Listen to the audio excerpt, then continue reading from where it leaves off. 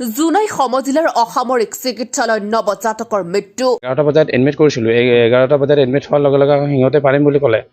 যদিহে মানে লাষ্টত ক'লেগে বাচ্চাটো আকৌ কিবা পেটতে মানে কিবা খাই মৰিলে বুলি ক'লে যদি চিকিৎসাৰ গাফিলতিৰ অভিযোগ যদিহে নোৱাৰে সিহঁতে ক'ব লাগে নহয় জানো সিহঁতেতো একো নক'লে এইকাৰণে মানে সিহঁতৰ দুগেই আছে সংকটজনক অৱস্থাত প্ৰসূতি মাতৃক ডিব্ৰুগড়লৈ প্ৰেৰণ জুনাই সমজিলা অসামৰিক চিকিৎসালয়ত সংঘটিত এক ঘটনাই অঞ্চলজুৰি তীব্ৰ প্ৰতিক্ৰিয়াৰ সৃষ্টি কৰিছে চিকিৎসাৰ গাফিলতিৰ ফলত এটি নৱজাতক শিশুৰ মৃত্যুত গুৰুতৰ অভিযোগ উত্থাপিত হৈছে ঘটনাৰ পিছতেই সংকটজনক অৱস্থাত থকা প্ৰসূতি মাতৃক উন্নত চিকিৎসাৰ বাবে ডিব্ৰুগড়লৈ ততাতৈয়াকৈ প্ৰেৰণ কৰা হৈছে জানিব পৰা অনুসৰি সোমবাৰে পুৱাই প্ৰসূতিৰ বেদনাত আক্ৰান্ত এগৰাকী মহিলাক পৰিয়ালৰ লোকে জুনাই সমজিলাৰ অসামৰিক চিকিৎসালয়ত ভৰ্তি কৰায় দিনটোৰ প্ৰয়োজনীয় চিকিৎসা ব্যৱস্থা গ্ৰহণ নকৰাকৈ প্ৰসূতিগৰাকীক চিকিৎসালয়ত ৰাখি থোৱাৰ অভিযোগ উত্থাপন হৈছে সময়মতে উপযুক্ত চিকিৎসা আৰু পৰ্যবেক্ষণ নোহোৱাত মহিলাগৰাকীৰ অৱস্থা ক্ৰমাৎ জটিল হৈ পৰে বুলি পৰিয়ালৰ সদস্যসকলে অভিযোগ কৰিছে পিছলৈ বিভাগীয় বিশেষজ্ঞ চিকিৎসকৰ অনুপস্থিতিত কৰ্তব্যৰত চিকিৎসক ডাক্তৰ ৰিজম পেগু আৰু একাংশ নাৰ্ছে বলপূৰ্বকভাৱে সন্তান প্ৰসৱৰ ব্যৱস্থা কৰে বুলি পৰিয়ালৰ লোকে অভিযোগ উত্থাপন কৰিছে ডিউটিত আছিলে ৰিজম পেগু তেখেত জেনেৰেল ডক্টৰ বুলি মই শুনিছোঁ তেখেত নিজ মুখৰ পৰা ক'লে মোক জেনেৰেল ডক্টৰ বুলি তাৰ জেনেৰেল ডক্টৰে কেনেকৈ গৰ্ভৱতীক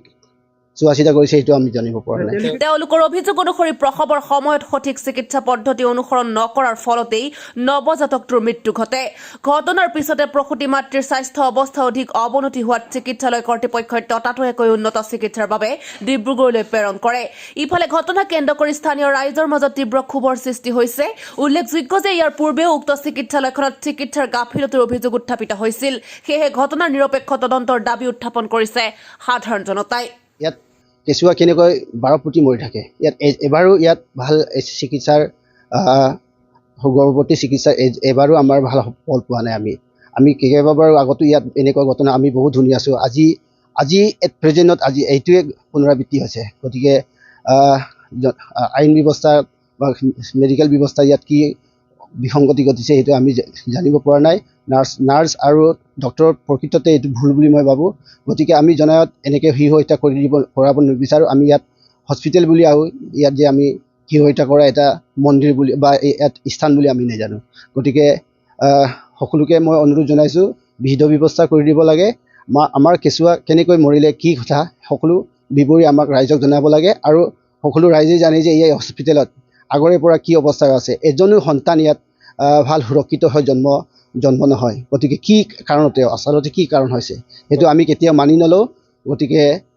আইনী ব্যৱস্থাটো লৈ দিব বুলি আমাৰ ফালৰ পৰা দাবী জনাইছোঁ মই জনাব বিচাৰোঁ যদিহে মানে নোৱাৰে তেতিয়াহ'লেতো ট্ৰেন্সফাৰ কৰা হ'লেতো আমি প্ৰাইভেটত লৈ গ'লোহেঁতেন যদিহে নোৱাৰে সিহঁতে ক'ব লাগে নহয় জানো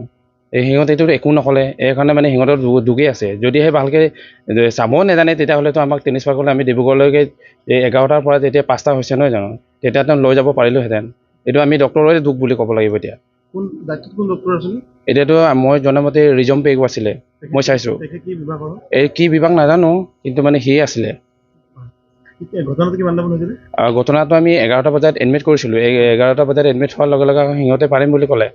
যদিহে মানে লাষ্টত ক'লেগে বাচ্চাটো আকৌ কিবা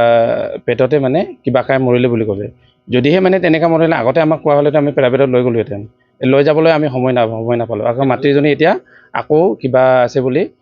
তেজৰ কম আছে বুলি এতিয়া লগে লগে আমি ডিব্ৰুগড়লৈ ট্ৰেন্সফাৰ লৈ গৈছোঁ মানে শিশুটো 5টা বজাত আমি পাইছোঁহে 5টা বজাত আমাক কৈছে জন্ম হোৱাৰ পাছত মানে মৃত্যু হৈছে আৰু তেতিয়া কৈছে ডক্টৰ নোৱাৰে বুলি কৈছে আৰু ডাইৰেক্টকৈ তেতিয়া